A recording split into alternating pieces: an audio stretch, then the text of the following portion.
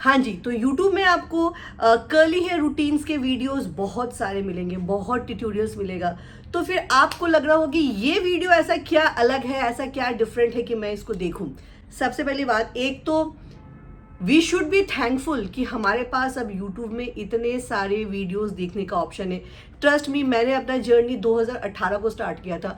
उस टाइम पे बहुत ही कम ऑप्शंस थे, तो जो भी हमने सीखा थोड़ा बहुत वीडियोस देख के सीखा, बाकी हमने अपने एक्सपीरियंस से सीखा। आज भी इतने साल हो गए, आज भी हम एक्सपीरियंस से ही सीख रहे हैं। दूसरी बात, ये वीडियो बाकी वीडियो से कैसे अलग है? वेल, इस वीडियो में मैंने ना बहुत ज़्यादा ही आपको सिंप्लीफाई करके पूरा रूटीन को समझाया है। स्टेप 1 से लेकर लास्ट तक, यानी कि शैम्पू कैसे करें, कंडीशनर कैसे लगाए, फिर कर्ल डिफाइनिंग क्रीम कैसे लगाए, फिर अपने कर्ल्स को ऐसे इंटैक्ट रखने के लिए जेल कैसे लगाए, उसके बाद बालों को सुखाने के लिए माइक्रोफाइबर टॉवल कैसे लगाऊं, फिर माइक्रोफाइबर टॉवल को हटाऊं कैसे, बिकॉज वो भी एक इम्पॉर्टेंट स्टेप है कि आप जब अपने माइक्रोफाइबर टॉवल को हटाओगे वो कैसे हटाओ, क्योंकि थोड़ा सा भी अगर इधर उधर हो गया तो आपके कर्ल क्लम्स खुल जाएंगे। उसके बाद बालों को सुखाना कैसे होता है, सुखाने का भी तरीका कैसे होता है। सो वहां पे मैंने हर स्टेप में आपको बहुत ही छोटे छोटे टिप्स एंड ट्रिक्स शेयर किया हुआ है, जिससे आपका पूरा प्रोसेस जो है काफ़ी आसान हो जाएगा। और यहाँ पे जो प्रोसेस है, मैंने इस प्रोसेस में प्रोडक्ट्स के ऊपर ज़्यादा फोकस नहीं किया है। मैंने इस वीडियो पे टेक्निक्स के ऊपर फोकस किया है, क्योंकि मैं हमेशा सबको एक ही बात बोलती हूँ कि आप जब अपना कर्ली हेयर रूटीन या वेवी हेयर रूटीन स्टार्ट करोगे, आप ये मत सोचो कि कौन सा प्रोडक्ट बेस्ट है, कौन सा शैम्पू लगाओ, कौन सा क्रीम लगाओ, कौन सा जेल। नहीं, इस पे ध्यान मत दो। आपके घर पे जो भी शैम्पू, जो भी कंडीशनर, जो भी हेयर ऑयल है, वो आप यूज़ करो। और पास के शॉप में कोई सा भी बेसिक हेयर क्रीम ले लो, एक हेयर जेल ले लो, या घर पे आप DIY फ्लैक्सीड जेल भी बनाओ। लेकिन आप कोशिश करो, फोकस करो स्टाइलिंग टेक्निक्स पे कि मैं कैसे कर्ल क्रीम लगा रही हूँ, मैं कैसे बालों को सुखा रही हूँ, मैं कैसे कंघी को यूज़ कर रही हूँ। ये ज़्यादा इंपॉर्टेंट है।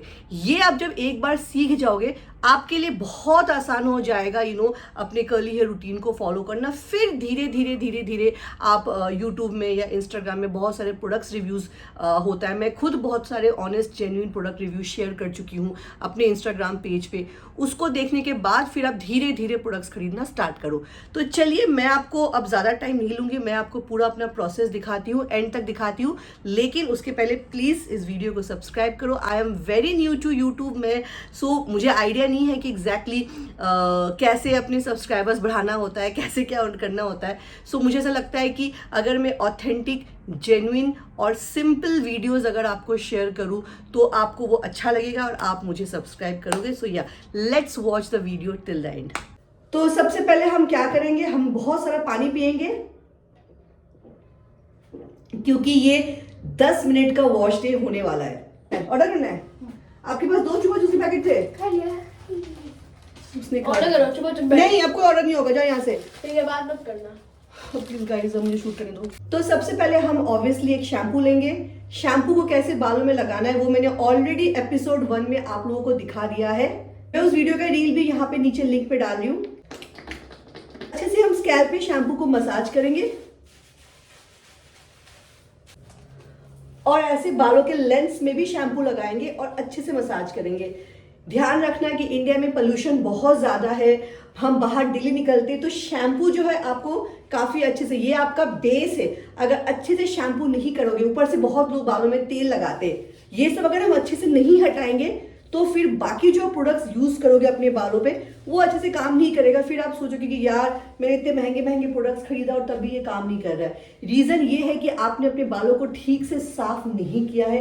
आपके बाल में ऑलरेडी बहुत तेल पहले से है, प्रोडक्ट बिल्डअप है, पोल्यूटेंट्स है, डर्ट है, तो वो बहुत ज़्यादा इंपॉर्टेंट है, उस पर आपको फोकस करना ही है। देखो, ऐसे मैं अपने स्कैल्प को मसाज कर रही हूँ। फिंगर टिप्स यूज़ नहीं करना है, टिप्स से मसाज करना है। शैम्पू भी आपको अच्छे से 2 से 3 मिनट तक करना चाहिए। मेरे हिसाब से टाइम की कमी है तो मिनिमम 1 मिनट तो लगाओ शैम्पू के लिए। मेरे बाल लंबे हैं जो 2-3 मिनट लग ही जाते हैं। अब हम इस शैम्पू को धो देंगे। शैम्पू को अच्छी तरह से धो लो। मेक श्योर कि बालों में थोड़ा सा भी शैम्पू नहीं रहना चाहिए, वरना फिर उससे प्रोडक्ट बिल्डअप हो जाएंगे आपको।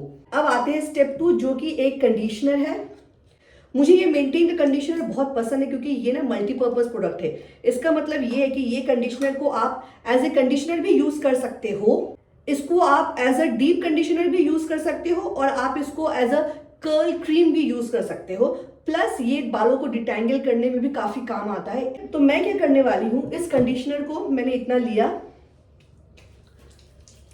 अच्छे से हाथों में इमल्सिफाई किया, स्प्रेड किया। ये बहुत ही थिक कंडीशनर है तो ज्यादा लेने की जरूरत आपको है नहीं। और फिर मैंने अपने बालों के लेंस में ऐसे लगाया, स्कैल्प में टच नहीं करना है, दूर दूर से स्कैल्प में लगाना है ऐसे करके, और फोकस लेंथ और नीचे की तरफ करना है फोकस। ये देखो नीचे ये वाला पोर्शन बहुत ड्राई हो जाता है तो आपको ऐसे कंडीशनर लगाना है यहाँ पे।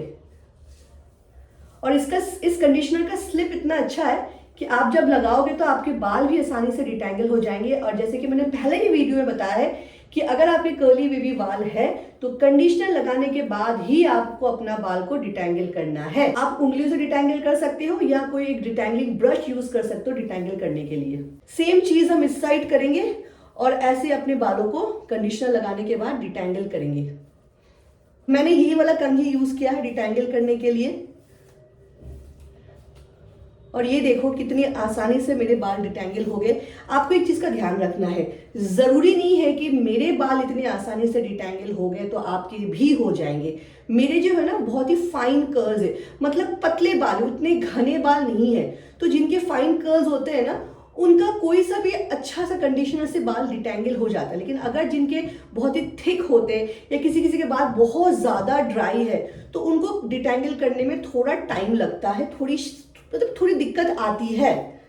तो आपको क्या करना है ना, उस टाइम पे बालों को ना ऐसे 2-3 हिस्सों में डिवाइड कर लो और फिर इन बालों पे कंडीशनर लगाओ और फिर आप कंघी से डिटैंगल करो। पूरे बालों को एक साथ डिटैंगल करने की कोशिश मत करना। मेरे जो है ना बाल आज के डेट में बहुत ही हेल्दी है और कम प्रोडक्ट से मॉइस्चराइज हो जाते हैं। मुझे बहुत ज़्यादा मॉइस्चराइजिंग प्रोडक्ट्स की ज़रूरत नहीं है। प्लस मैं अपने बालों को बहुत अच्छे से प्रोटेक्ट करती हूँ। हेयर वॉश करने के बाद रात को बॉनेट पहन के सोना हो या कहीं भी जाना हो तो मैं सैटिन स्कार्फ लगाती हूँ, जिससे क्या होता है कि मेरे बाल टैंगल अप उतना नहीं होता है। तो ऑब्वियसली मुझे डिटैंगल करने में बहुत आसानी होती है। तो आपको इस चीज़ का ध्यान रखना है। शायद आपको लगे यार इस वीडियो में जेनी बता रही है डिटैंगल लेकिन मेरा नहीं हो रहा है। हो सकता है कि शायद आपकी बाल मेरी तरह इतनी जल्दी डिटैंगल ना हो, आपके ज्यादा हेयर ग्रो के जो कंघी के बीच में जो बाल आते हैं ये शायद आपको ज्यादा मिले। वो डिपेंड करता है हेयर टाइप के ऊपर, प्लस आपके अगर कोई हेयर फॉल इश्यूज है उसके ऊपर भी डिपेंड करता है। तो ये सब छोटी छोटी चीजें हैं ना जो आपको रील्स में या शॉर्ट वीडियोस में नहीं पता चलता, ये सब ऐसे ही यूट्यूब वीडियो में ही पता चलता है। सो इसीलिए मैंने डिसाइड किया चलो ये यूट्यूब चैनल खोलते हैं और छोटी छोटी माइन्यूट डिटेल्स को मैं शेयर कर सकती हूँ, ताकि आप जब ये प्रोसेस करोगे ना आपको लगेगा कि अरे यार जिन्हें ने ये बताया था, मतलब आपके सारे सवालों का जवाब मिल जाएगा। मतलब आपको कोई सवाल पूछने की जरूरत ही नहीं पड़ेगी। तो इसका मतलब ये नहीं कि आप कमेंट नहीं करोगे वीडियो के नीचे। प्लीज कमेंट करना, अगर सवाल नहीं है तो एटलीस्ट एक हार्ट साइन ही दे देना, बट कुछ तो जरूर करना। तो ये देखो मेरे बाल काफी अच्छे से डिटैंगल हो चुके। अब मैंने क्या बताया था कि ये जो मेंटेन का कंडीशनर ये मल्टीपर्पज कंडीशनर है, तो इसको मैंने as a curl cream use किया है। तो अब मैं इसको रिंस ऑफ नहीं करूंगी। लेकिन अगर आप कोई रेगुलर कंडीशनर आपने लगाया है इस कंडीशनर की जगह या आपके घर पे कोई भी और कंडीशनर पड़ा हो तो आप उसको तो जरूर पानी से धो देना, ठीक है। मैं अभी नहीं धो रही क्योंकि ये पानी बालों में ऐसे ही रहेगा, क्योंकि मैंने इस कंडीशनर को as a curl defining cream use किया है, as a leave on product use किया। लीव ऑन मतलब बालों में छोड़ देना होता है। तो मैं इसको नहीं धोऊंगी। मैं दोबारा से रिपीट कर रही हूँ, अगर आपके पास ये कंडीशनर नहीं है कोई बात नहीं, आप कोई सा भी रेगुलर कंडीशनर लगा के अपने बालों को डिटैंगल करके फिर उसको नॉर्मल पानी से धो दो, जैसे आपने शैम्पू लगाने के बाद पानी से अपने बालों को आप धोते हो, ठीक है। आते हैं नेक्स्ट स्टेप पे। अब हम क्या करेंगे, हम अपने बालों को स्टाइल करेंगे। बहुत ही ईजी तरीका है ये स्टाइल करने का। बालों को ऐसे फ्लिप किया, ठीक है, फिर वापस से यही वाला कंघी लिया, या आपके पास कोई भी व्हाइट टूथ कोम हो, जैसे कि ऐसा कोई कंघी हो, व्हाइट टूथ कोम ही यूज करना है। तो हमने सारे बालों को पहले नीचे की तरफ लेके आना है, ठीक है। ऐसे सारे बालों को नीचे की तरफ लेके आओ, फिर बालों को 2 हिस्से में डिवाइड करो और अंदर की तरफ भी ऐसे कंघी करो। अंदर की तरफ ऐसे कंघी करने से ना आपके जो कर्ल क्रीम है वो अच्छी तरह से डिस्ट्रीब्यूट हो जाएगा। ऐसे कंघी करो अंदर की तरफ से करना, ऊपर की तरफ से नहीं करना। ऊपर की तरफ हमने पहले कर दिया ऑलरेडी, अब हम अंदर की तरफ ऐसे कंघी करेंगे, ठीक है। ये देखो। और अगर आपको लगता है कि इस दौरान आपके बाल थोड़े ड्राई हो गए तो पानी स्प्रे करो, क्योंकि अब हमें ऐसा पानी ना बालों से टपकना चाहिए। तो अच्छे से आपके बालों में पानी स्प्रे करना है, थोड़ा सा पानी छिड़कना है, ताकि आपके बाल ड्रिपिंग वेट, इसको बोलते हैं ड्रिपिंग वेट, टप टप टप टप पानी ऐसे गिरना चाहिए। अब आपको क्या करना है, एक हेयर जेल लेना है, कोई सा भी हेयर जेल ले लो। जैसे मार्केट में लड़के लोग सेट वेट जेल यूज करते हैं, तो आप वो जेल यूज कर सकते हो स्टार्टिंग में, रूटीन को समझने के लिए, टेक्निक को समझने के लिए आप वो वाला हेयर जेल यूज कर सकते हो। या तो फिर आप DIY फ्लैक्सीड जेल भी बना सकते हो। इसका वीडियो भी मैंने बनाया है, बहुत ही अमेजिंग वीडियो है, मैं वो बहुत जल्दी पोस्ट करने वाली हूँ। तो आप DIY फ्लैक्सीड जेल भी यूज कर सकते हो। फिलहाल के लिए मैं इस ब्रांड का, जो कि है कर्लअप का अल्ट्रा डिफाइनिंग जेल यूज कर रही हूँ। ऐसे लेना है जेल हाथ में, ठीक है, ऐसे हाथ में जेल लेना है, हल्का सा रब करना है, और ये देखो आपको सिर्फ ये जेल स्क्रंच करना है, ऐसे कच कच आवाज आनी चाहिए। इसका मतलब ये है कि आपके बालों में अच्छा खासा पानी है। अगर ऐसे पानी की आवाज नहीं आ रही, यानी कि आपको पानी ऐड करना है, ठीक है। थोड़ा सा और जेल लिया और फिर इस साइड भी स्क्रंच किया। एक और तरीका है जेल लगाने का, हल्का सा जेल लिया पहले हाथों में, हल्का सा हाथों को रब किया, फिर ऐसे प्रेइंग हैंड्स में लगाया, और फिर उसके बाद ऐसे स्क्रंच किया, कच कच कच कच। मुझे ये आवाज बहुत अच्छी लगती है। इस साइड बालों को फ्लिप किया, वापस से स्क्रंच किया। बहुत लोग ना ये रोपिंग टेक्निक भी करते हैं जेल लगाने के लिए, इसको बोलते हैं रोपिंग। ये भी कर सकते हो। मुझे श्रिंकेज चाहिए, मैं चाहती हूँ कि मेरे कर्ल्स अच्छे से श्रिंक हो, तो मैं ये स्क्रंचिंग प्रेफर करती हूँ।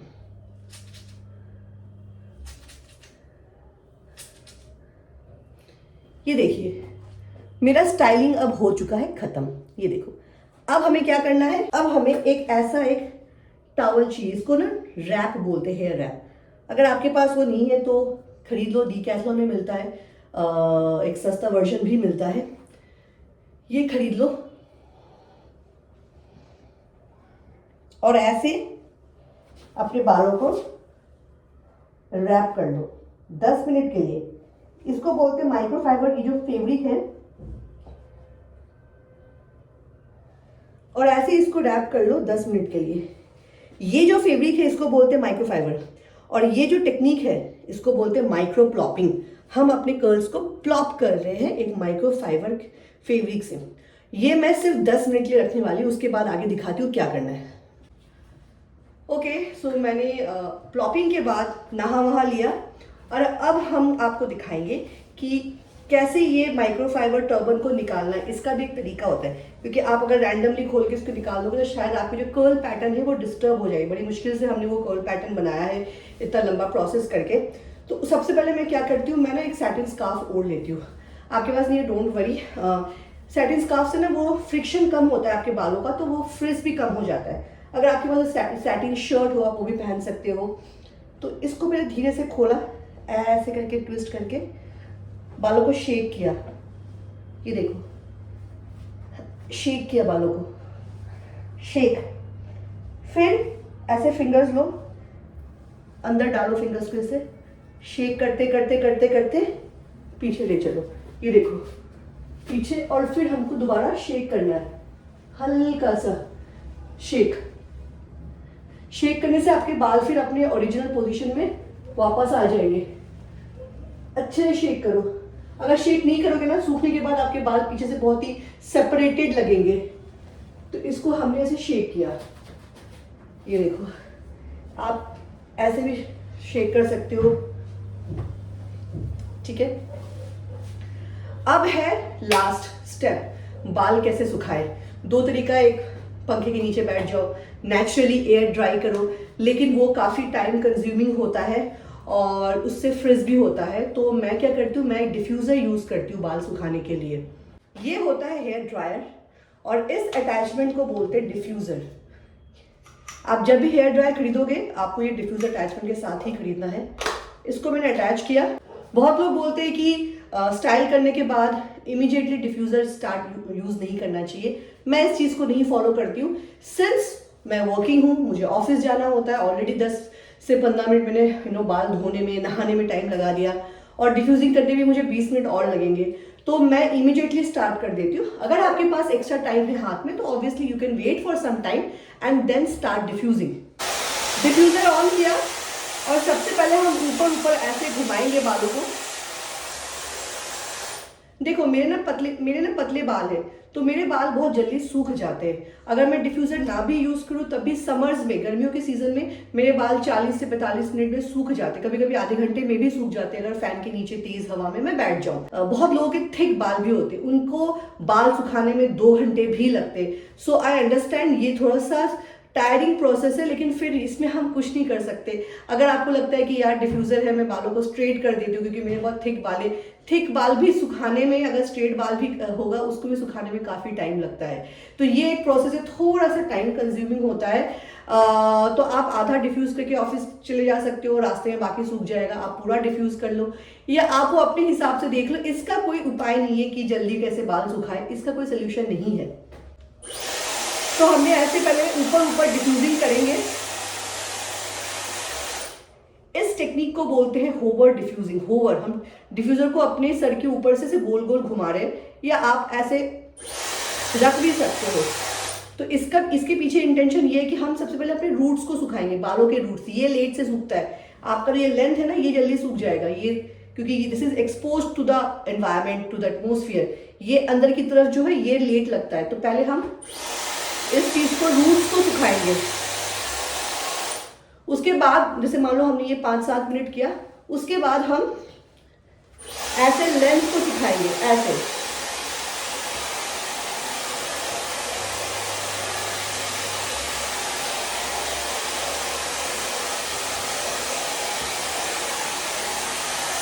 और फिर इस साइड ही ऐसे सुखाएंगे।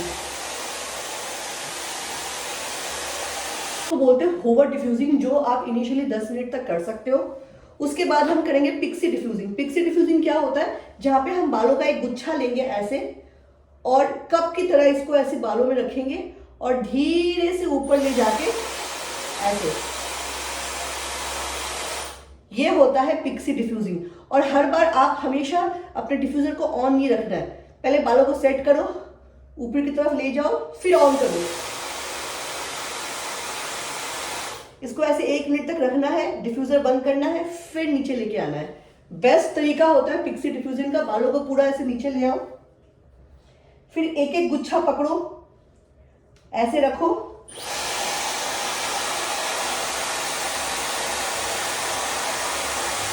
ऐसे छोड़ दो, फिर दूसरा गुच्छा लो, ऐसे रखो, ऑन करो,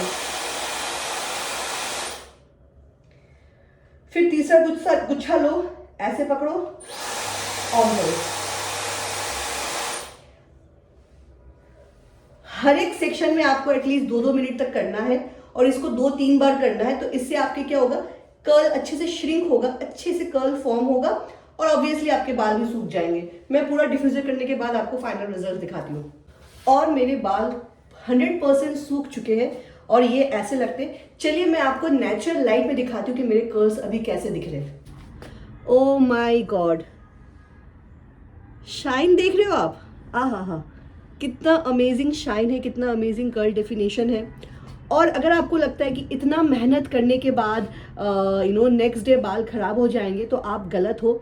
मेरे कर्ल्स अब अगले नेक्स्ट 3 से 4 दिन तक बहुत ही अच्छा रहेगा। अब मैं अपने कर्ल्स को कैसे मेंटेन करूँगी ये मैं आपको नेक्स्ट वीडियो में दिखाऊंगी।